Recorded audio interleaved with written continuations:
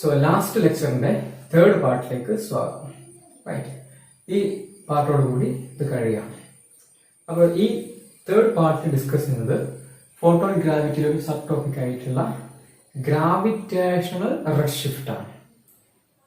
Okay, അത് നിങ്ങൾ മുമ്പ് പഠിച്ചിട്ടുള്ള എന്താ പറയുക ഡോപ്ലർ റെഡ് ഷിഫ്റ്റ് ഉണ്ട്, അതല്ലേ ഇത് ഗ്രാവിറ്റേഷണൽ റെഡ് ഷിഫ്റ്റ് ആണ്.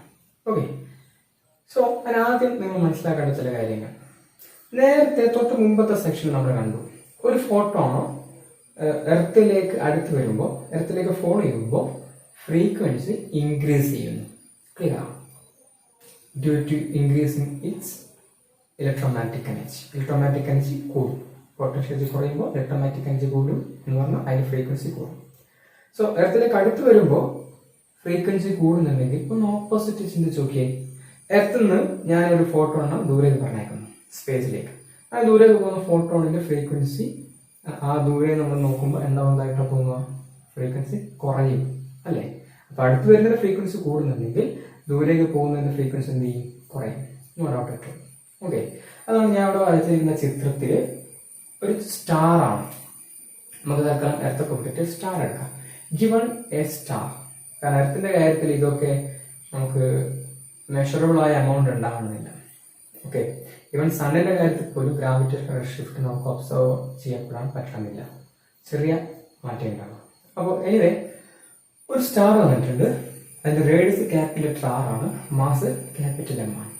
ആ സ്റ്റാറിൽ നിന്നും ഒരു ഫോട്ടോണ് ദൂരേക്ക് പോവാണ്, കാണുന്നുണ്ടല്ലോ.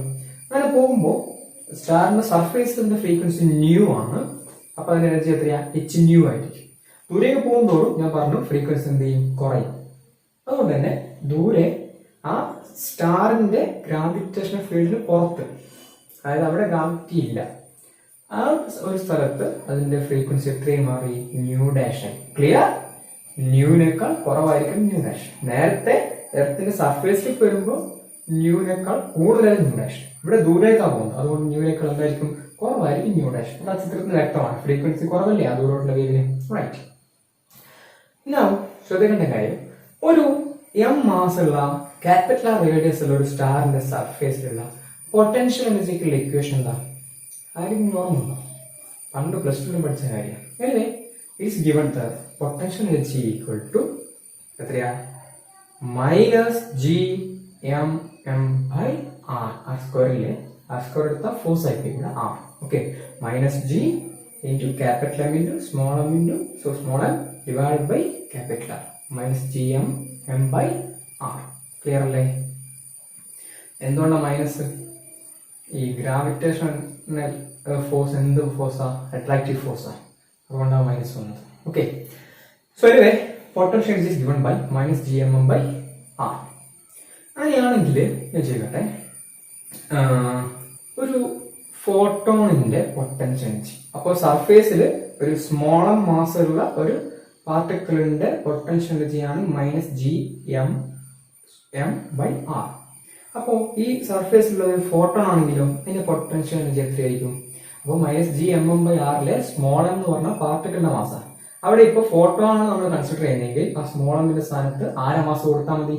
ഫോട്ടോണിന്റെ മാസ് കൊടുത്താൽ മതി. ഫോട്ടോണിന്റെ മാസ് നേരത്തെ കണ്ടുവച്ചിട്ടുണ്ട്, H nu by C square.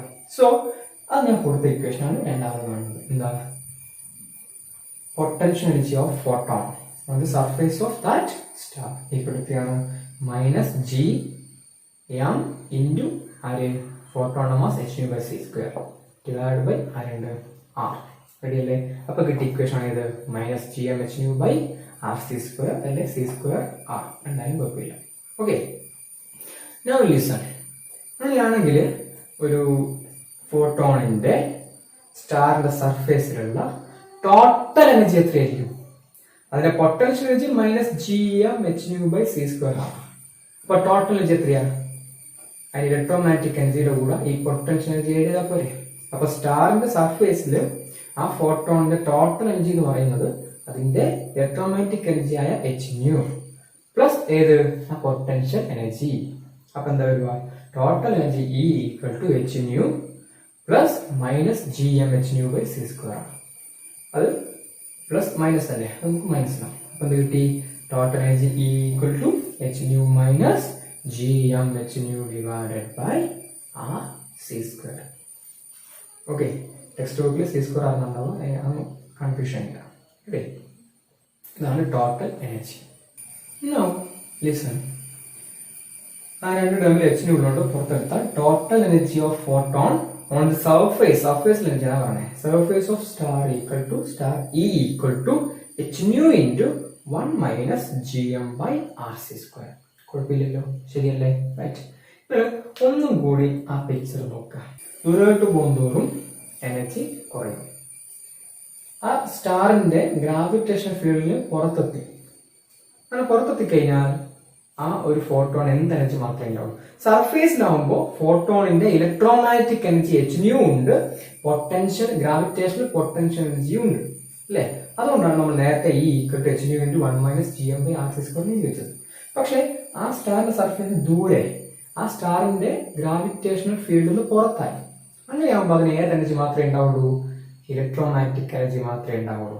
അവിടെ ഫ്രീക്വൻസി എത്രയാ? ന്യൂ ഡാഷ് ആണ്. അങ്ങനെയാണെങ്കിൽ ആ ഒരു ഡിസ്റ്റന്റ് പ്ലേസിൽ ആ റേഡിയേഷന്റെ ഇലക്ട്രോമാഗ്നറ്റിക് വേവിന്റെ ഫോട്ടോണിന്റെ എനർജി എത്രയാണ്? ഇലക്ട്രോമാഗ്നറ്റിക് മാത്രമാണ്. അതുകൊണ്ട് എത്ര വരിക? എച്ച് ന്യൂ ആയിരിക്കും, സോറി ന്യൂ ഡാഷ് ആയിരിക്കും അല്ലെ? എച്ച് ന്യൂ ഡാഷ് ആണ്. Right. So energy of photon at very distance, okay, at a large distance from the star is completely quantum mechanical energy മാത്രമേ ഉള്ളൂ. ഏത്? എച്ച് ന്യൂ ഡാഷ് മാത്രമേ ഉള്ളൂ. Electromagnetic energy nu dash, H nu dash മാത്രമേ ഉള്ളൂ. Right. പക്ഷേ നമുക്കറിയാലോ energy conservation എന്താ പറയുന്നത്?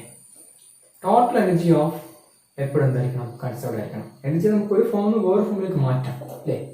പക്ഷെ ടോട്ടൽ എനർജി എന്തായിരിക്കണം? കൺസർവ് ആയിരിക്കണം. എന്ന് പറഞ്ഞാൽ നിങ്ങൾ ചിത്രം നോക്കിയാൽ ഇപ്പോൾ സ്റ്റാറിന്റെ സർഫേസിൽ എച്ച് ന്യൂ എന്താ എനർജി? എന്താ ടോട്ടൽ എനർജി? എന്താ? H nu into 1 minus gm by R C square നമ്മൾ കണ്ടുപിടിച്ച് വെച്ചിട്ടുണ്ട്. ദൂരെ എത്തിയപ്പോൾ ഗ്രാവിറ്റേഷൻ എനർജി ഇല്ല, എനർജി മാത്രം ഇലക്ട്രോമാഗ്നറ്റിക് എനർജി മാത്രം. പക്ഷെ ഫ്രീക്വൻസി എന്തായിട്ടുണ്ടാവും? മാറിയിട്ടുണ്ടാവും. കാരണം ഇവിടെ ഈ സർഫേസിൽ നിൽക്കുമ്പോൾ ഫോട്ടോണിന് എന്ത് എനർജി കൂടെ ഉണ്ടായിരുന്നു? ഗ്രാവിറ്റേഷണൽ പൊട്ടൻഷ്യൽ എനർജി കൂടെ ഉണ്ട്. പക്ഷെ ദൂരെ പോയപ്പോൾ ഗ്രാവിറ്റേഷൻ ഫീൽഡിൽ നിന്ന് പുറത്തായി. അപ്പൊ ഗ്രാവിറ്റേഷൻ പൊട്ടൻഷ്യൽ എനർജി കൂടെ ഉണ്ടാവോ? ഇല്ല. അപ്പൊ ഗ്രാവിറ്റേഷൻ പൊട്ടൻഷ്യൽ എനർജി കുറഞ്ഞു. അതെവിടെ മാറി? ആ ഒരു പൊട്ടൻഷ്യൽ എനർജിയിലുള്ള മാറ്റം, ചേഞ്ച്, അതെവിടെ റിഫ്ലക്ട് ചെയ്യും? അതിന്റെ ഇലക്ട്രോമാഗ്നറ്റിക് എനർജി റിഫ്ലക്ട് ചെയ്യും അല്ലേ? അടുത്ത് വരുമ്പോ എനർജി കൂടുക ചെയ്യില്ല. അപ്പൊ ദൂരോട്ട് പോകുന്നതും എനർജി എന്താ ചെയ്യുക? കുറയുക ചെയ്യാം അല്ലെ? അപ്പൊ ഈ ഫോട്ടോണ് ഈ സ്റ്റാറിന്റെ ഗ്രാവിറ്റേഷൻ ഫീൽഡിൽ നിന്ന് കടന്ന് ദൂരെ എത്തുമ്പോഴേക്കും ഫോട്ടോന്റെ എനർജി എന്തായിട്ടുണ്ടാവും? കുറഞ്ഞിട്ടുണ്ടാവും. ഉറപ്പല്ലേ? അപ്പോൾ അതിന്റെ എനർജി എത്രയും മാറി എന്ന് പറയാം?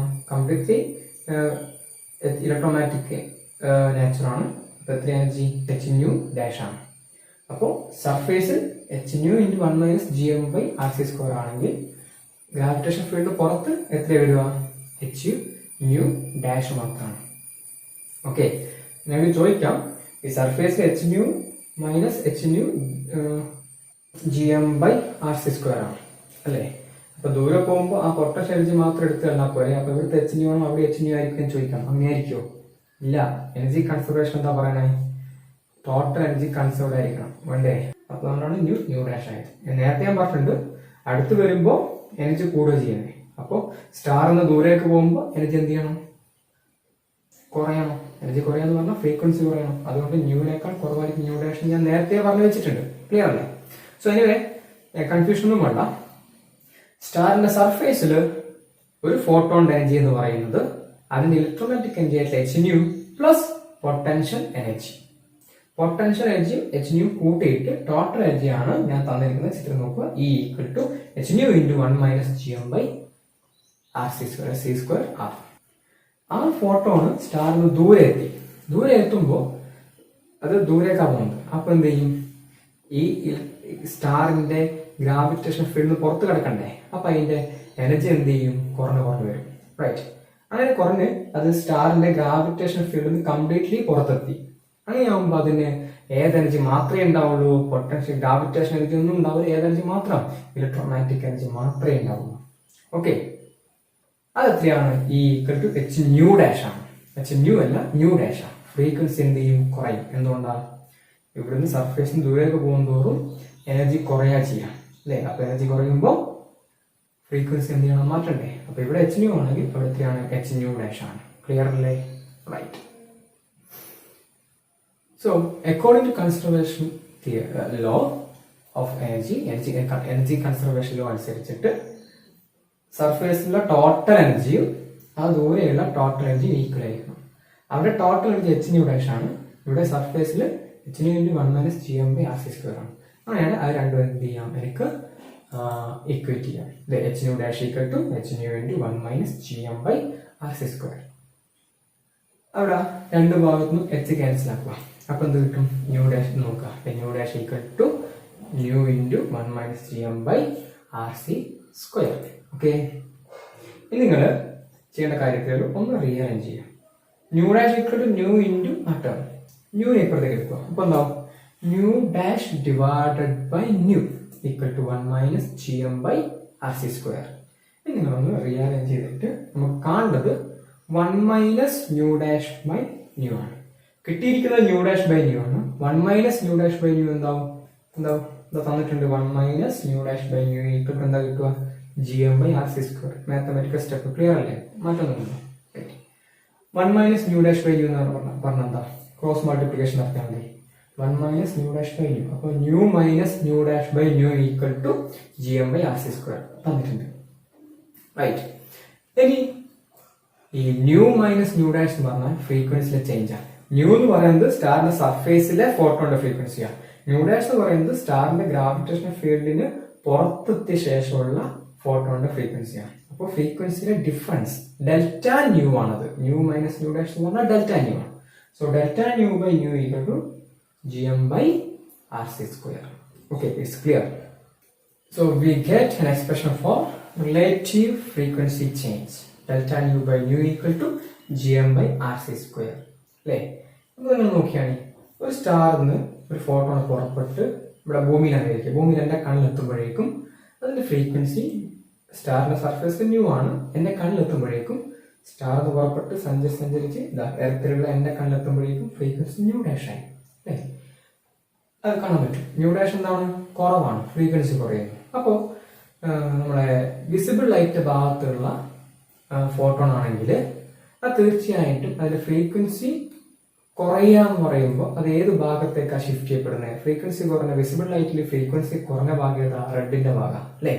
അപ്പോൾ ഈ സ്റ്റാറിന് ഈ ഫോട്ടോണിനെ കണ്ടെത്തുമ്പോഴേക്കും അതിന്റെ ഫ്രീക്വൻസി എങ്ങോട്ട് ഷിഫ്റ്റ് ചെയ്യപ്പെട്ടിട്ടുണ്ടാവും? റെഡിന്റെ ഭാഗത്തേക്ക് അല്ലേ? അപ്പൊ ആ സ്റ്റാറിനെ ഞാൻ ഇവിടെ നോക്കുമ്പോൾ എനിക്ക് എന്തായിട്ടാ ഒരു റെഡ് അവിടെ വരുന്ന ഫോട്ടോൺ അതിന്റെ ഫ്രീക്വൻസി നമ്മൾ ചെക്ക് ചെയ്യുവാണെങ്കിൽ അതിന്റെ സ്പെക്ട്രം എടുത്ത് നോക്കുവാണെങ്കിൽ ആ ഫോട്ടോണിന്റെ ഫ്രീക്വൻസി എങ്ങോട്ട് ഷിഫ്റ്റ് ചെയ്തിട്ടുണ്ടാവും? നിങ്ങളുടെ റെഡ് റീജിയനിലേക്ക് ഷിഫ്റ്റ് ചെയ്തിട്ടുണ്ടാവും അല്ലേ? അപ്പൊ ആ സ്റ്റാറിനെ നോക്കുമ്പോൾ നമുക്ക് അവിടെ വരുന്ന ഫോട്ടോണ് നമുക്ക് എന്തായിട്ടാ? റെഡ് കളർ അല്ലേ? കറസ്പോണ്ടിങ് ടു ഏത് ഫോട്ടോൺ, ഏത് ഭാഗത്തുള്ള ഫോട്ടോൺ ആയിട്ട്? റെഡിന് കറസ്പോണ്ടിങ് ആയിട്ടുള്ള ഫ്രീക്വൻസിയുള്ള ഫോട്ടോൺ ആയിട്ട് നമുക്ക് കാണാൻ പറ്റുക. റൈറ്റ്. ഇതുകൊണ്ടാണ് ഇതിനെന്താ വിളിച്ചത്? Gravitational red shift. പക്ഷെ ഒരു കാര്യം ശ്രദ്ധിക്കണം, സണ്ണിനെ പോലെയുള്ള ഒരു സ്റ്റാറിന് ഇത് അത്രമാത്രം കാണാൻ പറ്റുന്ന ഒരു ഫിനോമിനയാണ്. നമുക്ക് നോക്കാം. Relative frequency change G M by C square ആറാണ്. ആ ക്യാപിറ്റൽ ജിയും സിയും കോൺസ്റ്റന്റ് ആണ്, കുഴപ്പമൊന്നുമില്ല. എം സണ്ണിന്റെ മാസ് ആണ്, ആറ് സണ്ണിന്റെ റേഡിയസ് ആയിട്ട് എടുക്കണം.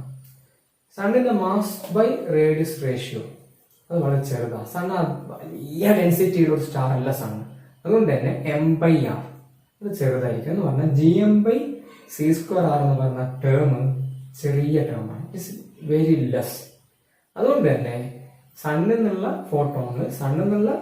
ഫോട്ടോൺ നമ്മളെ കണ്ടെത്തുമ്പോൾ നമ്മൾ ഒരു എക്യുപ്മെന്റ് ഉപയോഗിച്ചിട്ട് ഒരു അപ്പാരറ്റസ് ഉപയോഗിച്ചിട്ട് മെഷർ ചെയ്യുകയാണെങ്കിൽ ആ ഫ്രീക്വൻസി ചേഞ്ച് അത്രമാത്രം എന്തല്ല നിങ്ങൾക്ക് കാണാൻ പറ്റുന്നില്ല. റൈറ്റ്. പക്ഷേ ഡെൻസിറ്റി കൂടിയ സ്റ്റാർ ആണെങ്കിൽ, ഡെൻസിറ്റി കൂടുമെന്ന് പറഞ്ഞാൽ ചെറിയ റേഡിയസ് തന്നെ കുറെ മാസ് വരും. അപ്പൊ എം ബൈ ആർ കൂടും. അപ്പൊ നിങ്ങൾക്ക് എന്ത് ചെയ്യാൻ പറ്റും? Relative frequency change delta nu by nu കാണുമ്പോൾ J M by R square ചെയ്യുന്നത് അത് കൂടി. അപ്പൊ നിങ്ങൾക്ക് ആ ഫ്രീക്വൻസി ചേഞ്ച് എന്ത് ചെയ്യാം? കൃത്യമായിട്ട് മെഷർ ചെയ്യാൻ പറ്റും. ഓക്കെ. അപ്പോൾ ഒരു അപ്പാരറ്റസിന് നന്നായിട്ട് മെഷർ ചെയ്യാൻ പറ്റുന്ന രീതിയിൽ അല്ല നമ്മുടെ സണ്ണിന്റെ ഡെൻസിറ്റി ഉള്ളത്. അതുപോലെ നല്ല ഹൈ ഡെൻസിറ്റിയിലാണ് ഒരു വൈറ്റ് ഡ്വാർഫ്. സ്റ്റാർസിന്റെ ഡെത്തിൽ നിങ്ങൾ പഠിച്ചിട്ടുണ്ടാവും വൈറ്റ് ഡ്വാർഫിനെ കുറിച്ച്, വെള്ളപ്പുള്ളി അല്ലേ? ആ വൈറ്റ് ഡ്വാർഫിന് ഭൂമിയുടെ ഒക്കെ റേഡിയസ് ഉണ്ടാവുള്ളൂ. പക്ഷെ സണ്ണിനേക്കാളും മാസ് ഉണ്ടാവും എന്ന് പറഞ്ഞാൽ ഹൈ ഡെൻസിറ്റി ആണ്. അപ്പോൾ m/r റേഷ്യോ കൂടി. അപ്പൊ gm/r²c കൂടി എന്ന് പറഞ്ഞാൽ ഫ്രീക്വൻസിയിലെ ചേഞ്ച് കൃത്യമായിട്ട് നമുക്ക് മെഷർ ചെയ്യാൻ പറ്റുന്ന രീതിയിൽ ഉണ്ടാവും. റൈറ്റ്. അപ്പോൾ നമുക്ക് എന്ത് ചെയ്യാൻ പറ്റും? വൈറ്റ് ഡ്വാർഫിനൊക്കെ ഇത് കൃത്യമായിട്ട് മെഷർ ചെയ്യാൻ പറ്റും. റൈറ്റ്. ഇനി നമ്മൾ ശ്രദ്ധിക്കേണ്ട കാര്യം ബ്ലാക്ക് ഹോൾസിനെ കുറിച്ച്. ഈ എക്സ്പ്രഷനിൽ ബ്ലാക്ക് ഹോളിനെ കുറിച്ചുള്ള ഒരു ബ്യൂട്ടിഫുൾ ആയിട്ടുള്ള ചില കാര്യങ്ങൾ നമുക്ക് എന്ത് ചെയ്യാം? ഹൈലൈറ്റ് ചെയ്യാം. So black holes relative frequency change equation ΔU/u equal to ΔU എന്താ? u minus nu dash. അപ്പൊ u minus nu dash by u equal to എന്താണ്? gm/rc² ആണ്. You suppose very high density ഉള്ള ഒരു സ്റ്റാർ എന്ന് പറഞ്ഞാൽ gm/rc² will be greater than or equal to 1 ആയിരിക്കും. അപ്പൊ അങ്ങനെ ഒരു കണ്ടീഷൻ ആ gm/rc² എന്ന് പറഞ്ഞ ടേം 1നേക്കാൾ മേലെ പോവാണെങ്കിൽ relative frequency change nu minus nu dash by nu അത് ഗ്രേറ്റർ ദാൻ 1 ആണ്. അതിനർത്ഥം എന്താ? സർഫേസിലുള്ള ഫോട്ടോൺ എനർജിനേക്കാൾ കൂടുതൽ എനർജി ഉണ്ടാവും എവിടെ? നമ്മുടെ കണ്ണിലെത്തുന്നതിന്. അല്ലേ? അങ്ങനെ സംഭവിക്കുമോ?